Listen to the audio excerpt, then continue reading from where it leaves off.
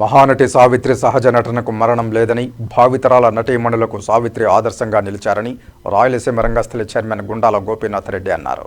పెరిగి విరిగితే విరిగి పెరిగితే కష్టసుఖముల సారమెరిగితే అన్న మహాకవి గురజాడ మాటలు మహానటి సావిత్రికి సరిగ్గా సరిపోతాయి. తిరుపతిలోని ఓ ప్రైవేటు హోటల్లో రాయలసీమ రంగస్థలి చైర్మన్ గుండాల గోపీనాథ్ రెడ్డి ఆధ్వర్యంలో మహానటి సావిత్రి జయంతి వేడుకలను ఘనంగా నిర్వహించారు. 1935 డిసెంబర్ 6న తెనాలి వద్ద చిన్నరావూరులో సావిత్రి జన్మించారు.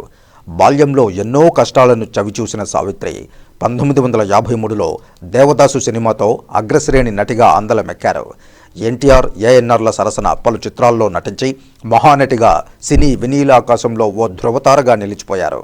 ఎందరికో దాన ధర్మాలు చేసి చివరి దశలో అనేక కష్టాలను అనుభవించి అనాథగానే 1981 డిసెంబర్ 26న పరమపదించారు. ఈ సందర్భంగా పలు నాటక పోటీల్లో ఉత్తమ బహుమతులు అందుకున్న ప్రముఖ రంగస్థల నటి దేవసేనను రాయలసీమ రంగస్థలి తరపున సత్కరించి మహానటి సావిత్రి పురస్కారాన్ని అందజేశారు. ఈ కార్యక్రమంలో రాయలసీమ రంగస్థలి కార్యదర్శి కెఎన్ రాజా, కస్పా పద్మనాభం, కొత్తపల్లి మునిరత్నం, టి సుబ్రహ్మణ్యం రెడ్డి, చిత్రపు హనుమంతరావు, కొత్తపల్లి శంకరయ్య, బివి కేశవరావు, కొట్టే సుబ్రహ్మణ్యం రెడ్డి, సోము ఉమాపతి, ఏ భాస్కర్, మల్లారపు రవి కళాకారులు పాల్గొన్నారు. మహానటి సావిత్రి గారి యొక్క జన్మదినం పురస్కరించుకుని వారికి నివాళులు అర్పించి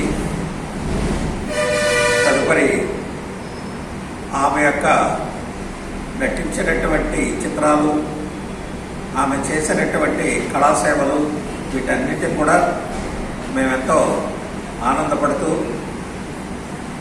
మాలో కళాకారులుగా ఉన్నటువంటి ఒక నటి హసీనా అనేటటువంటి నటికి ఈరోజు ఆమె యొక్క పురస్కారాన్ని అందిస్తూ వారికి మేము సన్మానించడం జరిగింది. ఇది ఆమె యొక్క గొప్పతనము. ఈ హసీనా కూడా చాలా నాటకాలలో, సినిమాలలో, టీవీలలో కూడా నటించి అందరికి మంచి పేరు సంపాదించుకున్నది.